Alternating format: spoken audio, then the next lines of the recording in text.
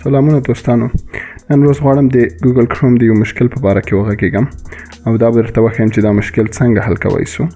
نو ځینې وختونه موږ ګوګل ته ځو، په ګوګل کې کله چې کوم ویب سایټ ته ځو یا یوټیوب ګورو یا کوم بل ویب سایټ ته ځو، نو دا یو مشکل راورکوي.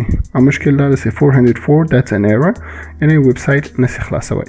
نو د دې مشکل د حل لپاره موږ باید اول دا کار وکړو چې کروم براوزر بند کو. کله چې کروم براوزر بند کړ نو لاړ بسو رن به ولیکو سٹارټ منیو کې، نو په دې باندې به کلیک وکړو. کله چې کلیک وکړو نو د دې په خاطر چې د اپ ډیټا فولډر ته ورسو، د فولډر کې منځ ته باید لاړ شو موږ، نو فیصدي اپ ډیټا باید ولیکو. کله چې دا ولیکله اوکې به ووایو، دا به لاړ شي د اپ ډیټا فولډر به راخلاص کړي. نو د اپ ډیټا فولډر کې باید موږ د ګوګل فولډر ته لاړ شو، ځکه ګوګل کروم چې دا د ګوګل پورې مربوط ده. نو دا به واس کو او لاړ به سو کروم ته. په کروم کې به یوزر ډیټا دغه به ډیلیټ کو، د په خاطر چې دا مشکل رافسي ډیلیټ.